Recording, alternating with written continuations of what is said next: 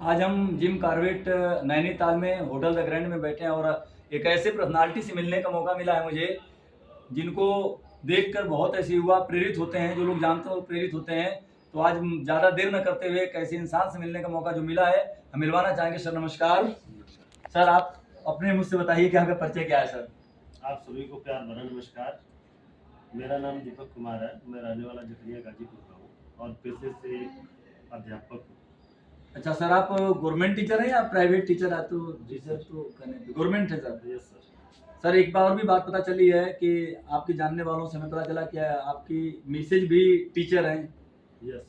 जी sir. तो किसमें आपके साथ प्राइमरी में है या किसी और में? इंटर कॉलेज में प्रवक्ता। अच्छा, इंटर कॉलेज में प्रवक्ता, क्या बात है सर। तो सर यही चीज़ आप जो बता रहे हैं, इतना होने के बाद हम समझ सकते हैं कि जिसकी पत्नी इंटर कॉलेज प्रवक्ता हो, आप ऑलरेडी सरकारी सहायक अध्यापक हैं, तो सर फिर तो फाइनेंशियल तो कोई प्रॉब्लम हम कर सकते हैं। जाहिर सी बात है, कोई भी युवा अगर जो है तो जान सकते हैं कि कोई फाइनेंशियल प्रॉब्लम नहीं हो। सर आप डायरेक्ट सेलिंग इंडस्ट्री को में आप आए तो आपके मतलब इन सब ने बहुत ऐसे टीचर के पास लोग बताते हैं कि जो लोग सरकारी जॉब किसी भी सेक्टर में पा जाते हैं तो संतुष्ट हो जाते हैं। उन लोगों को लगता है कि बिल्कुल अब कुछ आगे करने की जरूरत है, तो आपको नहीं ऐसा लगा सर? नहीं, सेटिस्फेक्शन तो सर इंसान के ऊपर डिपेंड करता है। इस प्रोफेशन को हम पैसे के लिए नहीं किए हैं। इस प्रोफेशन को करने के पीछे एक बहुत बड़ा वजह ये रहा है सर कि आज लगभग 9 साल पूरा होने जा रहा है मुझे शिक्षण कार्य करते हुए और गवर्नमेंट को सेवा देते हुए। और मुझे एक चीज़ देखने के बाद सबसे अच्छा ये लगा था सर कि आज अगर मुझे अपने घर में किसी को अगर टीचर बनाना हो या जॉब देनी हो, अपने पड़ोसी को देनी हो या अपने किसी रिश्तेदार को जॉब देनी हो शिक्षक का, तो मेरे हाथ में नहीं है सर। जी जी। लेकिन जब ये प्रोफेशन देखे सर हम, तो मुझे सबसे अच्छा लगा यह था कि आज भारत पूरे बेरोजगारी से त्रस्त है। आज बेरोजगारों की संख्या दिन प्रतिदिन बढ़ती जा रही है। मुझे ये प्रोफेशन देखने के बाद सबसे अच्छी जो बात लगी थी कि यह एक ऐसा प्रोफेशन है जहाँ पे हम एक दो नहीं बल्कि हजारों और लाखों बेरोजगार लोगों को एक अच्छा रोजगार दे सकते हैं। और उससे भी बड़ी बात ये अच्छी निकल के आई थी सर कि ऐसे बहुत सारे भाई बहन, महिलाएं, पुरुष जो आज छोटे बड़े पैसे कमा करके भी वो सेटिस्फाइड नहीं है, उनको भी हम एक अच्छा अवसर दे सकते हैं जहाँ से वो अच्छे से अच्छे पैसा कमा करके अपनी जरूरत और सपनों को पूरा कर सकते हैं। चलिए बहुत अच्छा था। नहीं सर, एक चीज़ मेरे सवाल मेरा दिमाग में और बहुत युवाओं के भी दिमाग में होगा, बहुत ऐसे लोग हैं जो लोग गरीब तबके से आते हैं, मजबूर होते हैं, ज़्यादा एजुकेटेड नहीं होते, क्योंकि डायरेक्ट सेलिंग में सर आपको जैसे पता ही है कि किसी की भी एंट्री हो जाती है, गरीब अमीर मजबूर लाचार जो भी होगा। तो एक हमारा सोच है सर, मैं पूछ सकता हूँ सर? बिल्कुल जैसे सर आप जब प्लान लेके लोगों को गए होंगे, क्योंकि आप ऑलरेडी एक सक्सेसफुल की तरफ बढ़ रहे हैं सर, हम कह सकते हैं कि आप सफल व्यक्ति में आते हैं। तो जब गए होंगे तो लोग, हमें लग रहा है सर कि आपको ना नहीं कहे होंगे, रिजेक्शन कोई नहीं आया होगा, क्योंकि आप जिस परिवार से थे, जिस प्रोफेशन से थे, तो आप किसी के पास गए होंगे प्लान देने, तो लोग उस चीज़ को एक्सेप्ट कर लिए होंगे, ठीक है सर मैं आपके साथ बिजनेस करना चाहता हूँ, ऐसा हुआ होगा? नहीं नहीं, ऐसी बात नहीं है सर। अच्छा ऐसा नहीं होगा सर, तो बताएं सर रिजेक्शन इसका थोड़ा सा। रिजेक्शन एक ऐसा प्रोसेस है सर कि किसी भी क्षेत्र में आप जाएंगे रिजेक्शन आपको मिलना ही है सर। ये अलग बात है कि अगर आपका लोगों के बीच में व्यवहार अच्छा हो, आप थोड़े फाइनेंशियल ठीक हो, तो आपकी बातें दो चार पांच लोग आपकी बातें आपके व्यवहार को पाकर के मान सकते हैं। लेकिन किसी भी क्षेत्र में, अगर मैं इसी क्षेत्र की बात करूं, तो जब हम अपने लोगों के पास जाते थे, अपने शिक्षक भाइयों बहनों के पास जाते थे, रिलेशन में जाते थे, तो वो ऑलरेडी कहते थे कि भाई तुम तो फंस गए, तुम तो कल के डेट में तुम जॉब भी नहीं कर पाओगे। और कई सारे ऐसे लोग तो बोलते थे कि माट साहब ये तो आप ऐसा धंधा उठा लिए कि जो दुनिया का सबसे रद्दी काम है जो कोई नहीं करता। और मुझे लोगों को बताना पड़ा सर कि नहीं, ये दुनिया का रद्दी काम नहीं है बल्कि यह दुनिया का सबसे बेस्ट काम है, क्योंकि यहाँ पे जिंदगी सिर्फ अपने लिए नहीं जी जाती है, यहाँ पे अपने लोगों के लिए जी जाती ठीक सर, तो मतलब आपके लिए भी ये प्रॉब्लम्स आई थी? है। बिल्कुल श्योर।